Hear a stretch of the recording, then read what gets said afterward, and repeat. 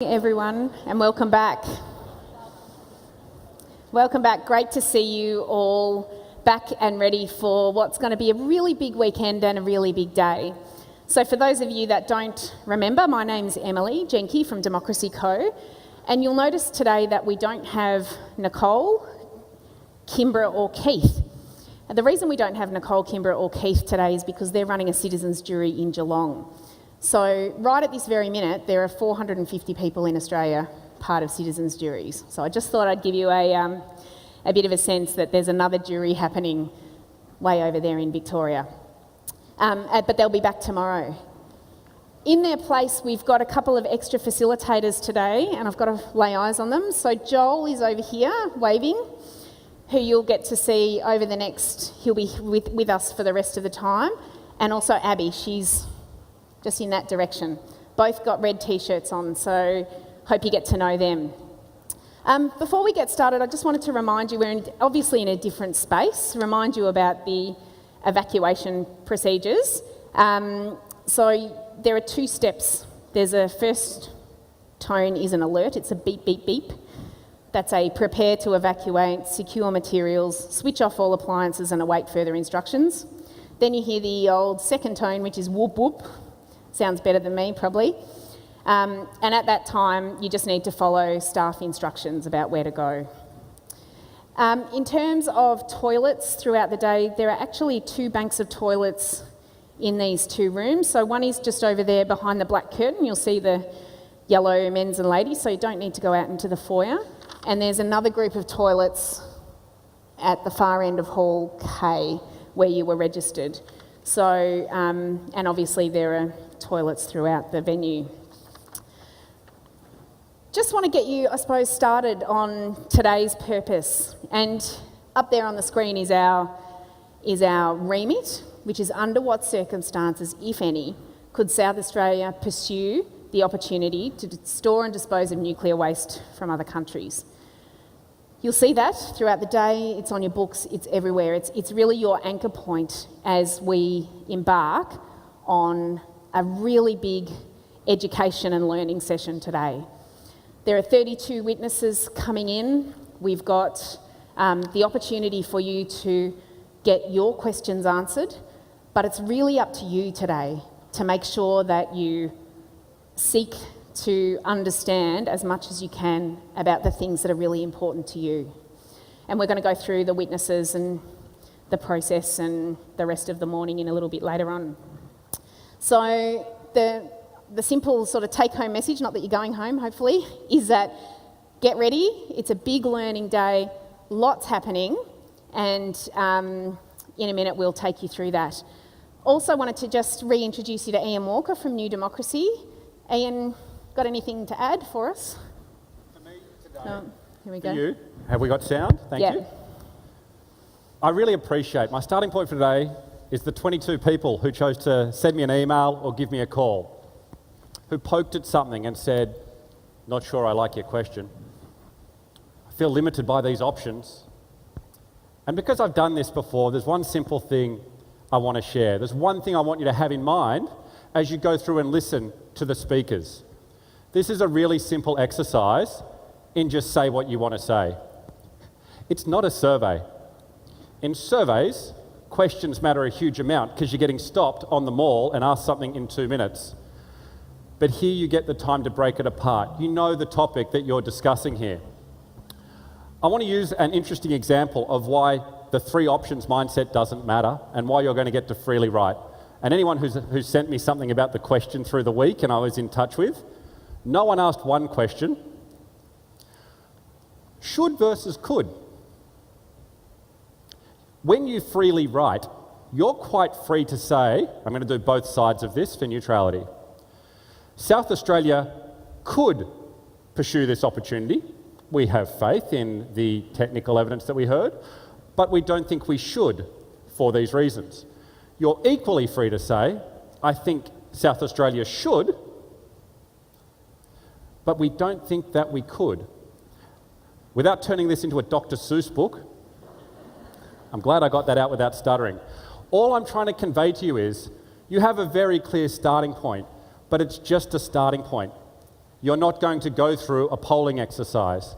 After you've heard from the witnesses today, this is a simple exercise in getting red sheets, green sheets and white bits of paper and saying, what is it you want to say and why? So I hope that gives you the starting point that summarises so many of the questions that we've had that go to how many options have we got to pick from. You have all the options you want. You have a free chance to say what you want to say. When you have questions, as ever, obviously you have all the wonderful people in red shirts to help you out. But if you're really feeling, no, I'm being pushed one way or another, come to me. Because the whole point that matters for us, it's not about yes or no or whatever it might look like. Did you participate in something which you trust and were able to find common ground yourselves? And that's what matters to us. So please make the most of this opportunity. You have the witnesses you asked for today. You have an entire day to write what you want to say tomorrow, and that's what you're going to take away and reflect on. Thanks. Thanks, Ian. So I suppose just to follow up, I want to get this image in your mind. It's a roller coaster, clearly, and it's a really good way to describe what you're going through in this process, what we're all going through. So I look at that and go, oh my gosh, I would never get on that. It's terrifying, but here I am. There's going to be some really big highs for you over the next few days, and already has been, and some lows and some dips and some calmness and some craziness. Citizens' juries are like that. They really expose you to a whole bunch of information. You might get overwhelmed. You might not know how to sort through that. But I really encourage you to draw on each other and also come to us for support if you're confused or, feeling quite or struggling with this process. I wanted to take a little minute to outline what we're about to do today, and by doing that I wanted to remind you of this roadmap which we put up on the first week and is in your booklets. So we've done the work in getting to know each other. That was our day one, and starting to settle in. You'll remember you had that taster experience with speed dialogue across a whole bunch of issues and thinking, which has triggered, and we've seen it on base camp and also in talking to you about, there's lots of stuff that's triggering for you, lots of questions, some answers, lots of unknowns. So today is the day where we've got all of that information coming in. And we're actually going to run a Kickstarter session for you first up this morning, which will sort of get you warmed up and across the base proposition, and also across one of the big topics that you guys have picked out, which is around the economics. So we've got Richard Dennis joining us this morning as a whole plenary before we kick off into our sessions. And we've also got Mike Young as well. So I'll talk a bit more about that in a minute. But today, as I said, is a really learning, exploring, getting to understand the issue in as much detail. And as Ian said, tomorrow and the next few days are all about you. They're all about you starting to write what you want to write. One of the things that we've been doing is reflecting on the last 2 days that we had together 3 weeks ago. And you'll recall we have our start, stop, continue wall. And a lot of you have been really great in putting ideas and thoughts up there about what should we start doing, what do we need to stop doing, and what should we keep doing. And I just wanted to start this session by just giving Gillian the opportunity to give us a bit of a re-entry, it's over there on the wall, about what you said at the end of Sunday and what we've changed. Thanks, Jill. Are you on? That one over there. You hear me? Yep. Great. So we've started the microphone. What you told us to start was, you said we want opposing views. We said today you'll hear opposing views. You said we want panel discussions, and today that will happen. You said stop witnesses with no expertise. We said we have your chosen expert witnesses here today. You said stop so much speaking, facilitators, and we said you'll hardly hear from us today. Which is a good thing. Great. Thanks, Jill. So as throughout the day, if you've got anything that you think you want to start, stop, or us to continue doing, there's some post-it notes there. Feel free to write them up and stick them up, and we'll do the same thing in the morning. Okay, this has really come up small, but today we've got for you a series of witness panels.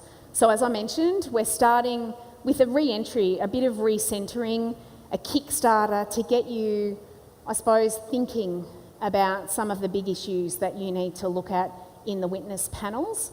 When you registered, you got a document. I think on the front page it said Safety 1. It's laid out the 5 different panels that we've brought together on the 4 topics of safety, economics, trust and consent. Safety is split into 2 because it's really big. So we've tried to provide you with a logical split there, and I'll talk about the content of those panels in a little while. After our session at about 10 to 11 with Richard, Dennis and with Mike Young, we're going to break into those witness panels. There'll be 5 rooms going at the same time, and you will be able to go to 3 of those 5 sessions today. Everything's going to be filmed, so the ones that you don't get to will be up on YouTube by 4 o'clock, I'm told, and we'll give you the link. We'll share it with you in multiple ways. We'll have those videos here for you. So start thinking about which are the things that are really top of mind for you. Safety, economics, trust and consent. At about 2, just before 3, we all come back into this plenary session. So you do get lunch, mind you, and you do get morning and afternoon tea. They're relatively mobile today, and what we'd like you to do is to grab something, bring it into the room and sit down and have it there. So we've set up morning tea and afternoon tea so that it is pretty mobile. So don't feel like you have to gulp down your coffee before you go into the room. You're more than welcome to take it in. So after lunch we have our 3rd round of witnesses, and then we're having an Aboriginal witness session all back in here together. So we've got Aboriginal community members joining us to, I suppose, it's the same sort of theory, so to get their evidence and the things that they want you to know across. So we don't have final names yet because there are people coming down from many places in South Australia and they're community members, and we'll have that for you as we start, and we'll provide it back in written format to you afterwards. So our apologies for that. Okay, and we're aiming for a 5 o'clock close, a really big day. So really hope that you can bear with us across the day and get into it. Just wanted to recast these. These are they look a bit fancier, and they're on the whiteboards there. You'll recall Keith wrote them up. These are our agreements, the guidelines. So these are the words that you came up with when you ran that activity with Vivian McWaters, about the 35s activity and did that voting. So respecting everyone, cooperating and collaborating, being constructive, open-minded, enthusiastic, critically analyse and be impartial, and also this one about it's not just about us, it's about the whole of South Australia. And I don't want to put a really heavy weight on your shoulders, but that's the magic that you bring in being able to consider this topic on behalf of all South Australians. One thing that you're going to need today, and I want to just quickly refresh you and re-centre you back onto those critical thinking skills. So also at registration, you were handed out a stapled document that had the critical thinking skill bubbles on the document, and they are the questions that you guys came up with last weekend. They're the types of questions that you wanted to ask about accuracy, depth, logic, relevance, clarity, breadth. So those questions, have them with you today as you walk around and listen to your witnesses, because they're the types of questions that you guys designed and that you're really keen to ask. So we we want to just remind you about those skills that you're learning. We're going to be using that a fair bit throughout the day. Okay, how am I going? Okay, are we ready to go to have a bit of a briefing? So what we wanted to do is give you a briefing on the witnesses, the process around them, the work that we've been doing. Ilka is here to do that, and Ilka and I will do it together. Ilka has done an incredible job in communicating with all of these 32 witnesses. There have been some challenges, there have been some, rollercoaster. It's been the rollercoaster. Wonderful opportunities, I think we call them, Emily. So before she starts, just give her a little warm round of applause for all the work that she's done. Okay, over to you. Thank you very much. It's been an absolute privilege to do this job for you. I think I now have one of the most amazing address books in my mobile phone. I just wanted to take you back to where this witness list started from, step you through the process, and then make sure that you're ready to go and meet your witnesses, who are, some of them in the room observing now, some of them getting ready to speak with you. They're all very excited and ready to go. So this list actually started in June, when I pulled together the witness list for the first citizens jury. And that list, we, Democracy Co, put that together based on witnesses who provided submissions to the Royal Commission, our own research about opinion leaders on this issue, where there was lots of public commentary from people. And also we asked some of the groups of people we call our stakeholders, people who have a stake in this issue, to give us some recommendations about who should be on that list for the first jury. Jury one, we then asked people, were they happy to be on that list or not? Some witnesses that people had said that stakeholders had asked us to contact said no, they weren't happy to be on the list, so I removed them. And some of those people are people that you've since on Basecamp asked for, but those people themselves, those witnesses, said they did not want to be on the list. We then, as you know, formalised the process for this second citizens jury. We formally asked our stakeholders, the organisations who have a stake in this process, Business SA, SA Unions, Conservation Council, Friends of the Earth and others, asked them who they would like to be on this witness list, and we then contacted all of those people that I was able to contact. That was your list of 160 people, and said, you're on this list and you may hear from me if jurors decide to call on you, but you may not. And also understand that it's jurors' choice. Jurors may not call on anyone on this list. So that was the list of 160 that you saw last time you were together. I thought I'd been pretty thorough, but obviously not, and it being your list, you added another 40 witnesses to that list. You went through the voting process, and then I started contacting people after the last time that you were together. You'll also remember that you filled in the information gap cards and lots of post-it notes for the fact checker wall. I think we had about 115 post-it notes from your fact checker wall.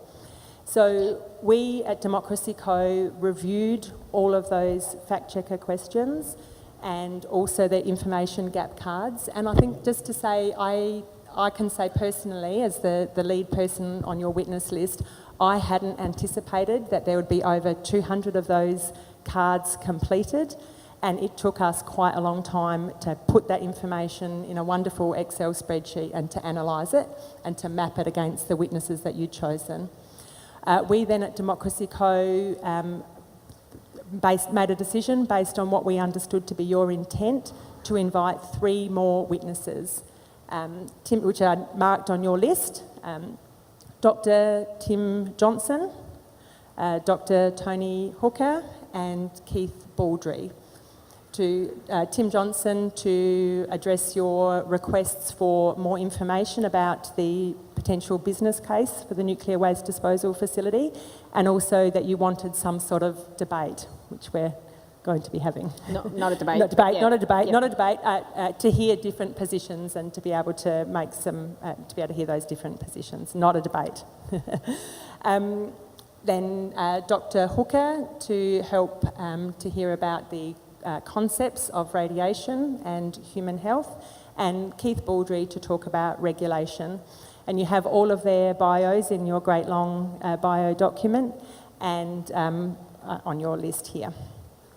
The final thing is that lots of your witnesses have offered, we recognise there's a huge amount of information you're going to hear today, a lot to absorb, and a majority of our witnesses have agreed to be available tomorrow for a phone a witness.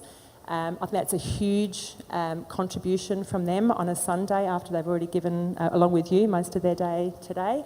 But you have that opportunity for the witnesses that are happy for that to happen and who are available tomorrow for you to perhaps give them a call via facilitator to ask any questions that are remaining.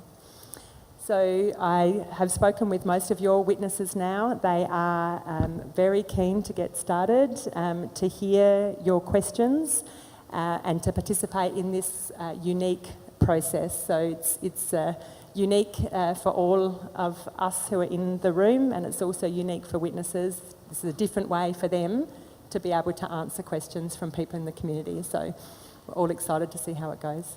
Thank you. Thanks, Ilka. Great job.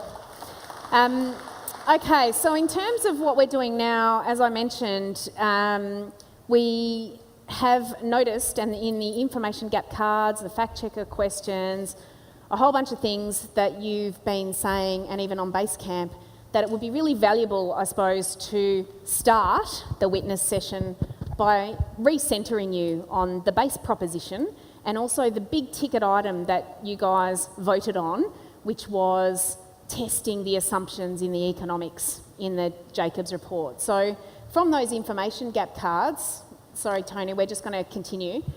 I'll come back to you in a minute. Just, can I finish? Thank you. From the information gap cards, there were multiple questions about the economic assumptions in the Royal Commission report, and as Ilka said, we invited Tim Johnson to come and attend today. What we then did in the design of the program is that we felt it would be really valuable for you guys to have just a bit of a, I'm seeing as a bit of a slam, you know, Kickstarter session, heart starter session. It's 20 minutes that we're going to launch into in a minute. And we've invited Richard Dennis, who was your top voted witness from the Australia Institute, and we also invited Tim Johnson. We said to both of them that if they didn't want to present in these 10 minutes, that they could just go and sit on the witness panels, which we're going to have, we're going to move into at just after 11. And Tim said he would prefer to work in that witness panel. And he nominated Mike Young from the University of Adelaide to be here to talk about this base proposition. So as a result, we have Mike Young and Richard Dennis here this morning. I need to publicly apologise to Richard because I hadn't informed him that Tim had given his position to Mike. And so I've sort of surprised him today. And Richard, I'm really sorry for doing that to you, and I hope that the jury will bear with us as we try and work through this. So this warm-up session is really to get, I suppose, yeah, it's this warm-up, it's getting you thinking, it's getting you refocused on the topic. It's trying to bring all jurors to a sort of certain understanding and level of information before we embark on this witness work. Okay, all right, so I just need to flick to a slide. I left my box here. Okay, so as I mentioned, Mike Young has come in the place of Tim Johnson. We didn't have time to get him onto the printed information for you. So I'll just read this short little bio for you. Mike Young is the Research Chair of the University of Adelaide.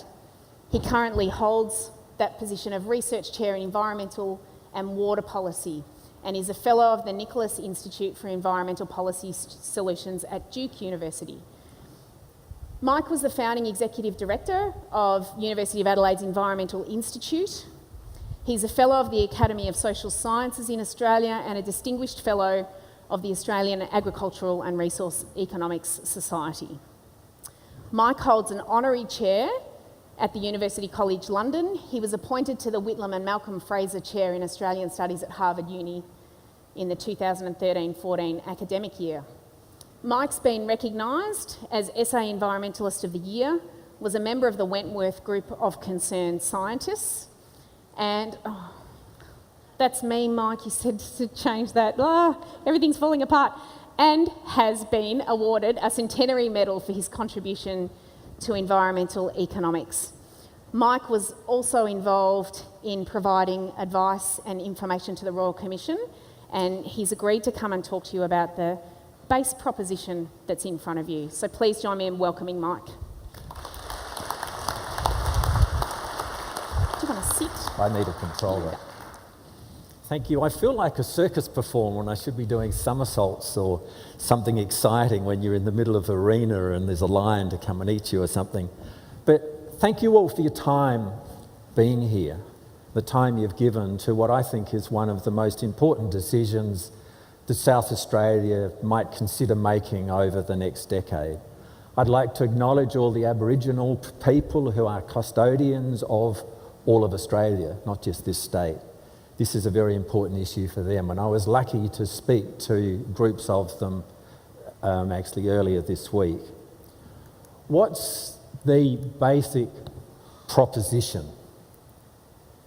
Much of the world's nuclear waste is expensively and awkwardly stored. Awkwardly, I stress, I think it's awkwardly rather than talking about risks and safety.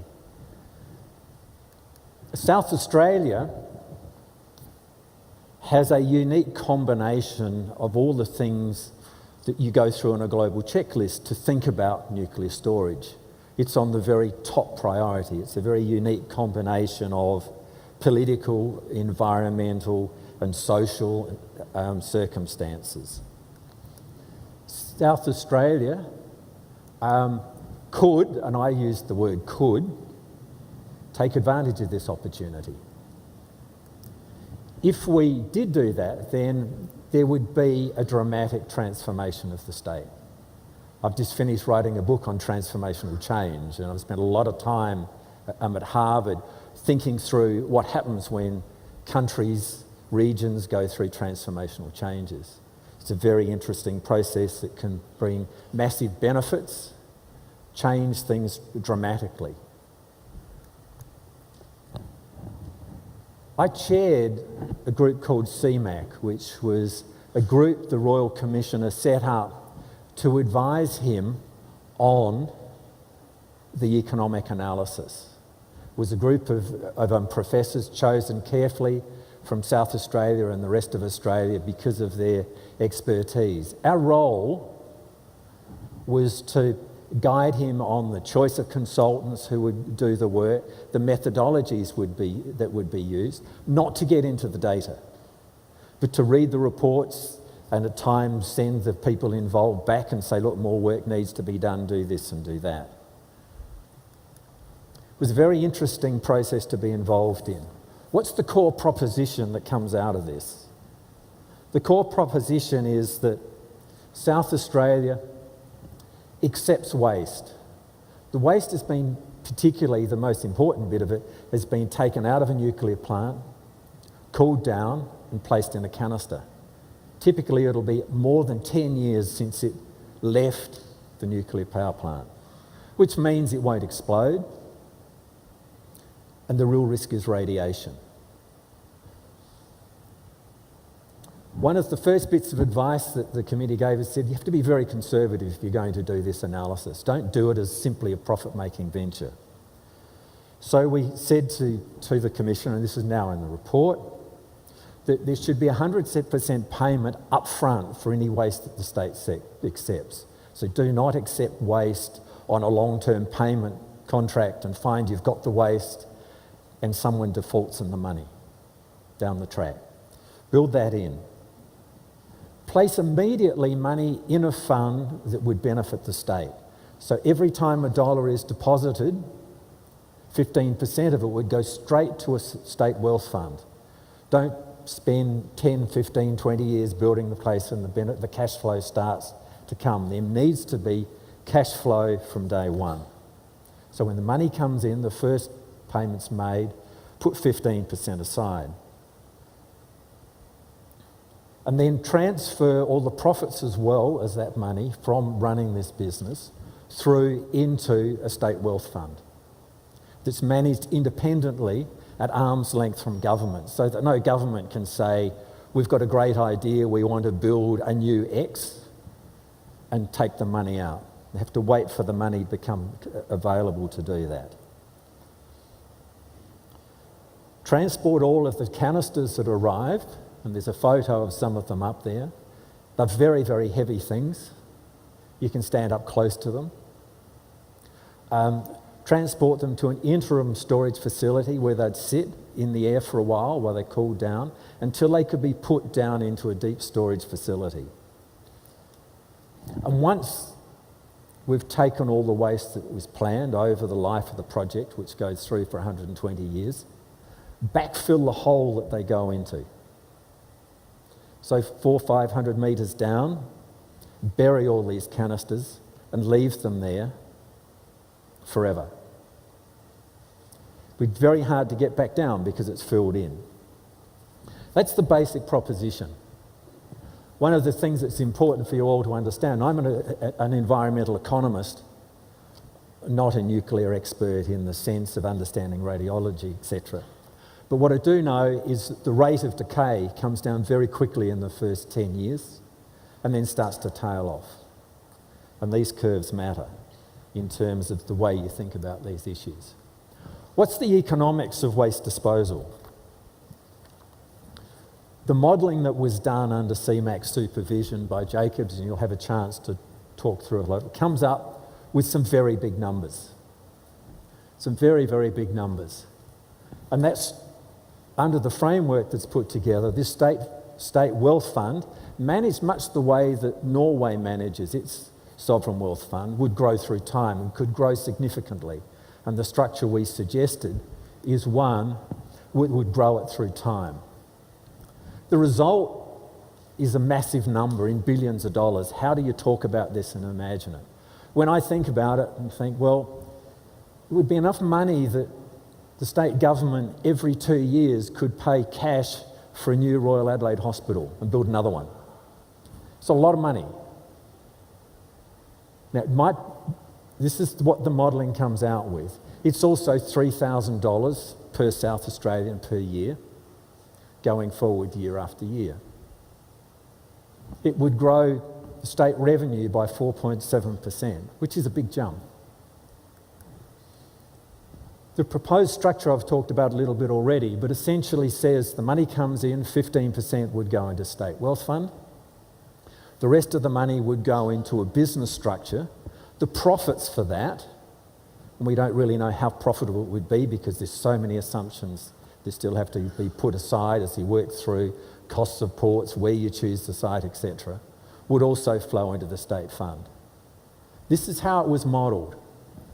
And then half of the revenue received from the state fund would go through to government to spend as they chose. So it would be there as an extra line in the budget every year for them to think about.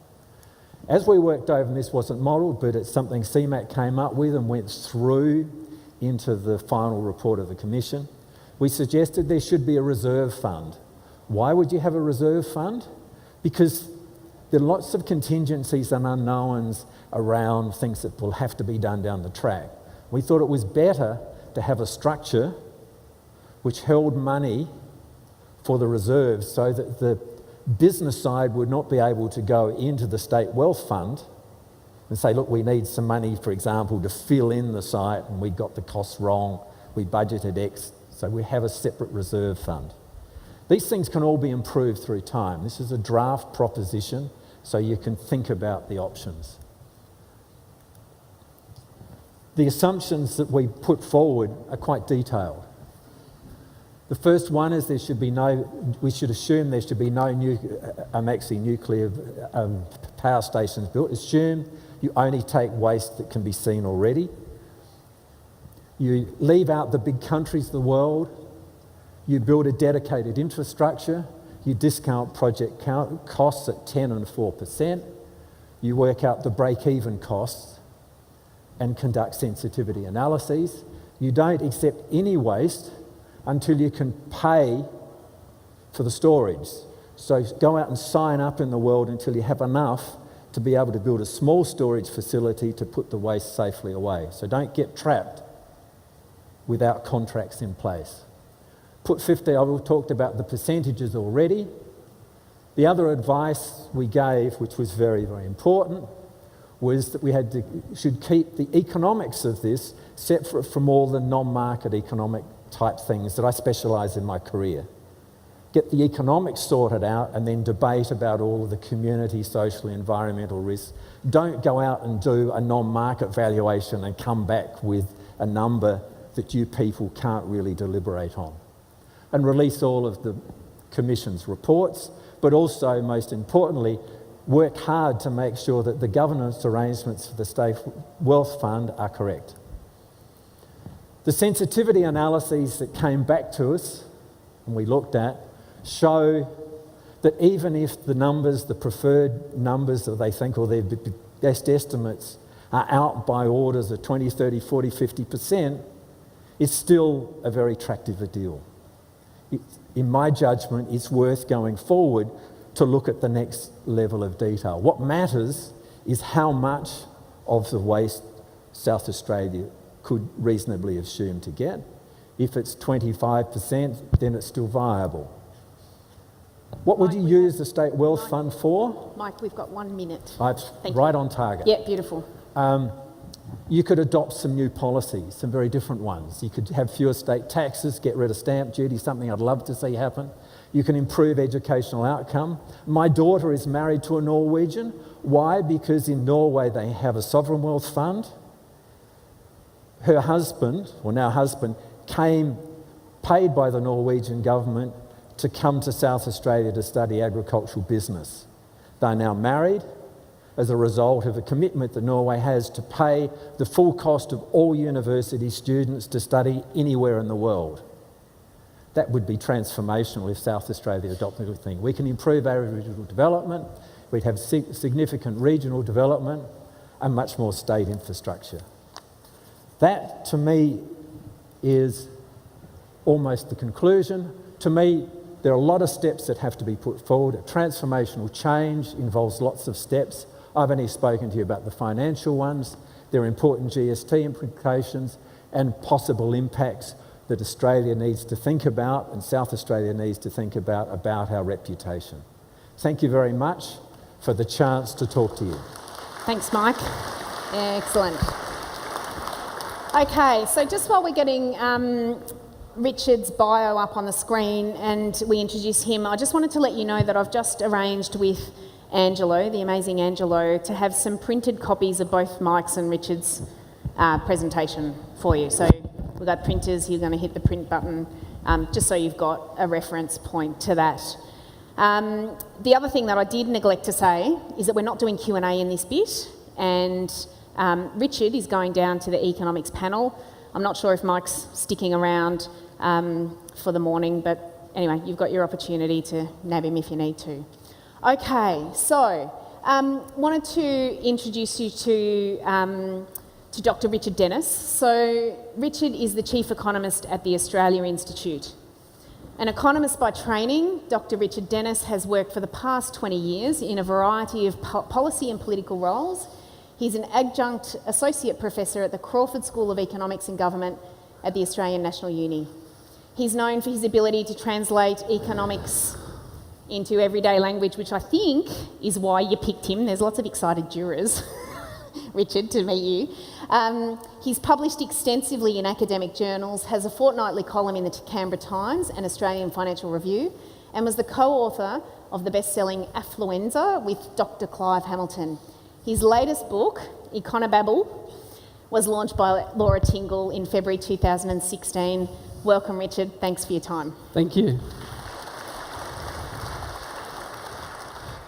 Thanks for having me, and please don't press print on my slides. As you'll see in a minute, it would be pointless to print them out, but I will provide you with something that can be printed out. Look, thanks for having me along. Who'd have thought a year ago that you'd be spending a Saturday morning thinking about how best to do the macroeconomic modelling of a nuclear waste dump? Certainly a year ago, I didn't think I would. And this is a big part of the question that you're being asked, because no one can predict the future. No one can predict the future. My profession, economists, we couldn't predict the price of oil in 3 months' time. That's why Santos is going broke. Yet, you just heard Mike say that the modelling, doesn't that sound fancy? The modelling has got an assumed price for nuclear waste for the next 100 years. Let's be clear, we can't predict the price of oil in 3 months' time. You can't lock in your interest rate on your mortgage for more than 5 years, yet the modelling that gives you $3,000 a year each, can't you just feel it in your pocket, assumes that we'll know what the price of nuclear waste over 100 years is going to be. Maybe, maybe not. Mike said that it would transform the state. Would transform the state. I'd go with could. I'd go with could. That's the question that no one's really asked yet. Of all the ways to transform the state, of all the things you could invest in, what's the best idea? Did the Royal Commission compare 5 things that you could invest billions of dollars in? Did it conclude that investing in a nuclear waste dump was better than investing in a whole bunch of other things? No. Just asked a question about one project. Interestingly, that's not how economists do economics. And to be clear, I thought I was going to debate the author of the Jacobs report this morning, and he said to the parliamentary inquiry recently that, flicking through, I'm not an economist, I'm a chemist. Quite clearly, we were not looking at this from an economic perspective. I'm quoting, this is from Hansard. All this stuff about how it's good for the economy, the author of that report said to the Senate committee, the local parliamentary committee, quite clearly we were not looking at this from an economic perspective. What they were doing was projecting, not economics, they were projecting how much money you might make if the world was willing to pay you a high price for something that no one has ever paid for before. The modelling isn't really modelling, it's what I like to call multiplication. If you come up with a number for price and you come up with a number for quantity and you multiply the price by the quantity, you get the total revenue. That's the $257 billion. If you assume, my dad always says assume makes an ass out of you and me. Think about it. If you assume that the world will pay $1.75 million a tonne to bury their high-level waste, and if you assume that they'll be paying us to take thousands, tens of thousands of tonnes of it, we'll make a lot of money. But as Mike said in his introduction, he didn't look at the details. He didn't get down into the data. Well, it's time to get down into the data, because the data, the guess about the price, and let me just quote Mr. Johnson, who again didn't come this morning. He said, we made arbitrary assumptions about the availability of waste. He said, there's no market for it. No one's doing it. There's no price that you can go and look up. And he's right. There is no price that you can go and look up. There is no price that you can go and look up. And there is a price for oil. And you can go and look it up. And we still can't predict what it will be in 6 months' time. So I just want to do a little Q&A before I put my slides up. Who thinks that the big economic benefits, the potential economic benefits are an important justification. If you were going to build it, who thinks the economic benefits are an important reason to build it? Okay, leave your hand up. No. Leave them up if you think you understand the assumptions in which those economic claims are made. That's a bit of a problem, isn't it? Because even Mike said, I didn't get down into the data, we just reviewed the process. Well, it's the data that matters. It's the price estimate that matters. It's the quantity estimate that matters. Who thinks that it would make sense to build a nice big safe waste disposal facility before the first shipload of waste arrives? Okay? Leave your hand up if you, well, put them down. That's not what the plan is. The plan, and to quote Mike again, who said that we're going to have an interim site to let the waste cool down for a while. To be crystal clear, the scarce model assumes that in 100 years' time there will still be above ground high-level waste in South Australia. This is what the Royal Commission is recommending.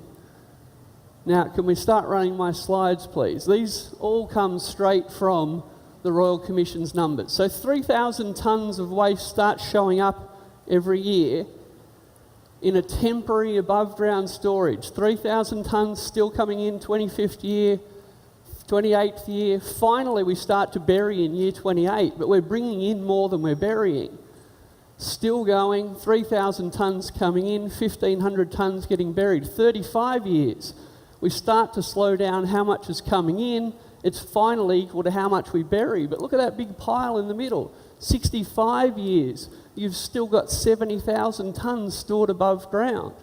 75 years, we're finally getting there. We're importing less than 1,500 tonnes. We're burying 1,500 tonnes a year. 90 years, look at it all still there. 95 years, still there. 100 years, still there. These numbers come from the Royal Commission report. And the only reason this project, can I get a glass of water, please? The only reason this project actually pays for itself is because you're getting paid to store it safely underground, and you spend 100 years not storing it safely underground. That's the business model. And in fact, they said in the report and in the parliamentary inquiry, that'd be my water. See, no one can predict the future. Hey, accidents happen. See ya.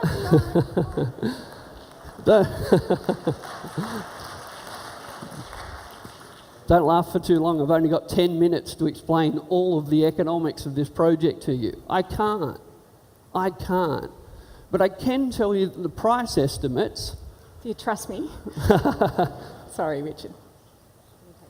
If I wanted to be cheeky, I would have spilt it. The price estimates, as I said, I quoted to you from Mr. Jacobs, who didn't come to defend his report this morning. He said, we had to make these numbers up. There is no market for it. But we think people will be willing to pay this. Now, again, he described it as saying we haven't done an economic analysis. What an economic analysis would do is say, wow, if you could make $50 billion profit clear, might someone else compete with you for that? Imagine if Apple assumed in its business case for the iPhone that after it built the iPhone, no one else built a smartphone. Imagine if Tesla, in their business case for electric cars, assumed that after they figured out how to do it, no one would copy them. To be clear, the Royal Commission assumes that there will be no competition. That's why you get to stuff $3,000 into your pocket every year, and the rest of the world just says, wow, wish we'd have thought of a hole. If only we'd have thought of a hole. Well done, South Australia. You guys are geniuses. I'll leave it for the other sessions to explain the troubles that other people have had digging the hole. But to be clear again, and my slides are pointless to show you, it's just an animation, I'll send you these quotes. The Royal Commissioner said to the parliamentary inquiry, if you don't hurry up, if you don't make this decision quick, if you don't agree to start importing waste before we've even identified a site, we might miss out. We might miss out. You don't want to miss out, do you? Someone else might come and do it if you don't make the decision quickly. But once you start, relax. No one will ever compete with you. Which is it? Do you have to hurry up or a competitor will beat you to it? Or if you start now, you'll get $1.75 million for the life of the project, and don't worry, there'll never be a competitor. Because it can't be both. It cannot be both. And economics is about the interaction between economic agents. And by Mr. Johnson's own statement, Dr. Johnson's own statement, he said, we didn't do an economic analysis. We did a financial analysis. Yeah, they multiplied their guess at the price by their guess at the quantity, and they came up with a really big number. But they also assumed that that big number would not attract new people to come into the market. By the way, has anyone here heard of Chernobyl? They are building a nuclear waste dump there now.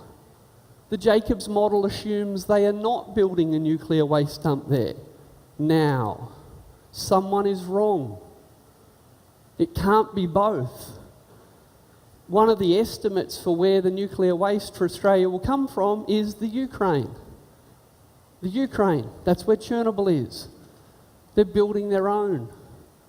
And don't worry, they'll never want anyone to pay them $1 million to store their waste. They don't want to destroy the pristine environment of Chernobyl.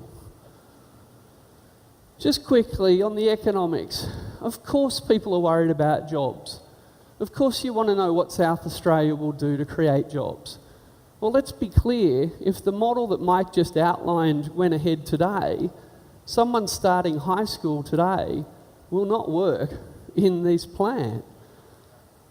We're talking decades away before you start digging your big hole. That's decades away. You got high unemployment today. You got problems today. And I don't blame you for wanting to plan for the future, but you didn't have a Royal Commission into the future. You didn't have a Royal Commission into what you should be willing to spend billions of dollars on. Because the main thing in economics is what we call opportunity cost. Every time you spend $1 billion on something, you give up the opportunity to spend $1 billion on something else. Mike, we just have a few more seconds. Sure. So to conclude, this project to build a big, allegedly safe underground nuclear waste dump is funded by the profits of operating an above-ground nuclear waste dump for 100 years. That's the proposal, to have an above-ground nuclear waste dump for 100 years, which will hopefully be profitable enough to fund a below-ground safe one. That's what's being put forward. The price estimate that's being put forward assumes there'll be no competition. The quantity estimate that's been put forward assumes that the Ukraine won't build a nuclear waste dump. Mike said he didn't look into the data. Well, it's time somebody did. You've spent $10 million on a Royal Commission and you haven't even had a second opinion yet. So to conclude, to answer the question that was put up at the beginning, under what circumstances should this be built, I'd say the circumstance is that you've found a site. That you've found a site to bury it in, and you've started to build an underground facility before the first ton of waste shows up. And the second thing I'd suggest is, if this is a bonanza, if there's $50 billion on the table, why don't you talk a super fund into joining you?